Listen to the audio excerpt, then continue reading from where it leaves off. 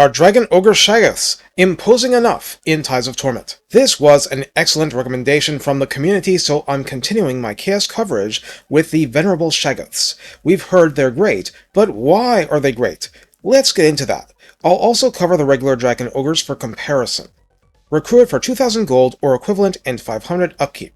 Keeping our math very simple, on Ultra scale, the single entity weighs in with 8,588 health. Armor is 70, and missile resistance is 25% from Scaly Skin. So how does that work out for us? In effect, that's 35 to 70% of base damage absorbed by the armor, but any missile, be it arrow or bullet, even blue horror fireballs, will get an across-the-board 25% damage reduction, affecting base and armor-piercing damage alike. It is far from invulnerability, but it certainly delays the moment of reckoning.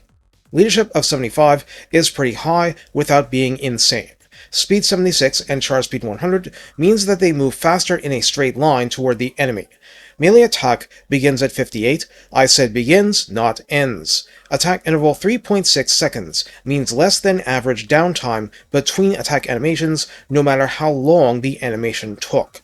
Splash rocket size is large, so even trolls will share damage between them in a blob, and maximum target's damage is 6 at absolute best. That's in the new system, so we presume this hits hard.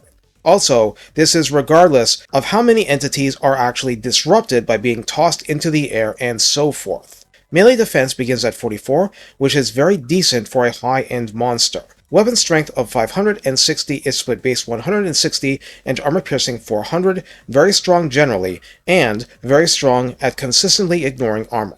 However, on top of this, we have bonus versus large of 30. I don't think this is literally the best bonus for a monster, but it's really high, and this means against an Ancient Stegodon, melee attack 88, weapon strength 590 at rank 0. Charge bonus 52 is high enough, you'll want it charging into big bad monsters to guarantee more hits, and mass is 5,500, as much as something like a Bone Giant, but moving much faster. Traits are Siege Attacker, causes fear and terror, the wounds passive if really hurt, that I rarely bother mentioning because it's equal for basically every single entity, and Wall Breaker. In a faction with only one actual honest-to-badness artillery unit, being able to walk up to a wall and beat it into rubble is an immense luxury, and this is a lot more mobile than giants. So, as simple as this boost is, it is very, very important to your peace of mind for relaxed, idyllic scenes of cities burning and marauders pillaging. Isn't that an inspiring image for every villain? Because this was going to be a short video otherwise, let's add to the value by going over regular Dragon Ogres. For 1550 gold or equivalent, 387 upkeep, they come with 16 entities and 9,856 health, or 616 per, which is very good. Armor is 60, missile resistance 25%, leadership 72, speed 64, and charge speed 80.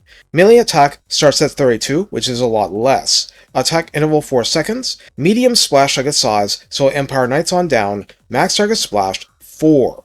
Melee defense begins at 40, weapon strength 110 with base 33, armor piercing 77 damage. Bonus versus large, a very strong 26, so operating as great weapons monstrous cavalry, and charge bonus 42, mass 1700 per.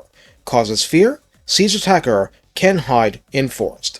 So what we see is that the Shaggoth is not only individually strong and has a truly elite anti-monster attack level, but is also very respectable against infantry. He is faster than regular Dragon Ogres, and it's a fairly significant gap. In the redline skills, both versions fall under monstrous strength, at 3 pips providing weapon strength plus 10% to hit harder, and melee attack plus 8 to hit more often.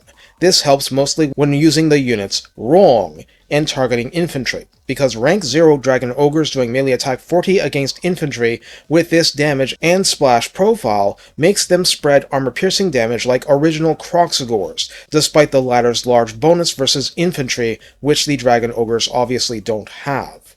Rank 7 and above ones benefit from freakish mutations, for leadership plus 8, melee attack plus 5 more, and ward save 5% for extra tankiness. That's 5% of all damage, which goes down a plot hole.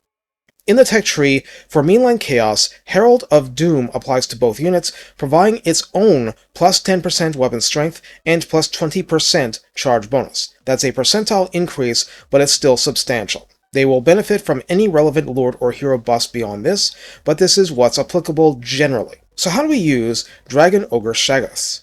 Using Dragon Ogres as a foil for the Shaggoths has an advantage. It lets us focus on the differences, without dressing it up in anything fancy. The Shaggoth is an apex predator, smacking other predators into line.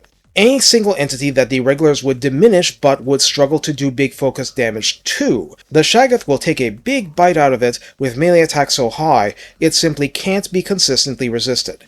If you must, crashing the Shaggoth into braced infantry will ruin their bracing for a flanking charge. Getting the Shaggoth shot at will keep other, less robust stuff healthier, and it's fast enough, heavy enough, and for a pure melee combatant, versatile enough to be effective against most anything out there.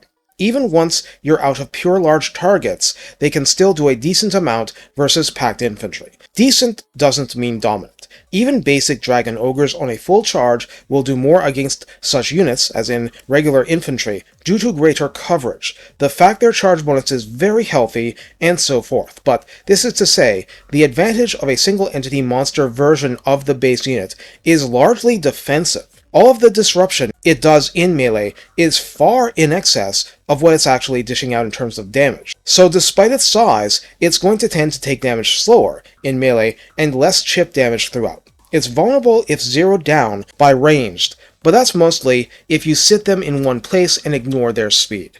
Being able to break out of melee blobs with this kind of mass allows relocation and a lot of aggression, and if you've bonked the enemy's speed elements properly, you can do a lot of kiting and making the enemy chase you. This is why the Shaggoth was a linchpin of so many Legend of Total War battles. It's doom stackable because the speed is the cherry on top making it so, and even though, as I said, the offense in melee against massed opponents is hurt by being a single entity, proper investment in magic and wise use thereof will do a ton to mitigate this weakness. Having a weakness you understand and can control and manipulate into a strength is exactly what makes the doom stack doomy.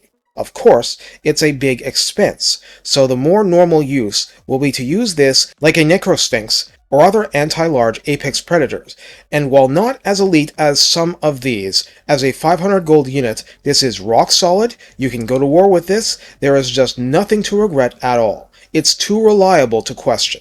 The regulars, again, actually handle mass combat better offensively and are far from garbage on defense, but their melee attack is stripped of a huge amount of safety margin against infantry. They'll still obliterate Reiksguard with Wild Hunt abandon.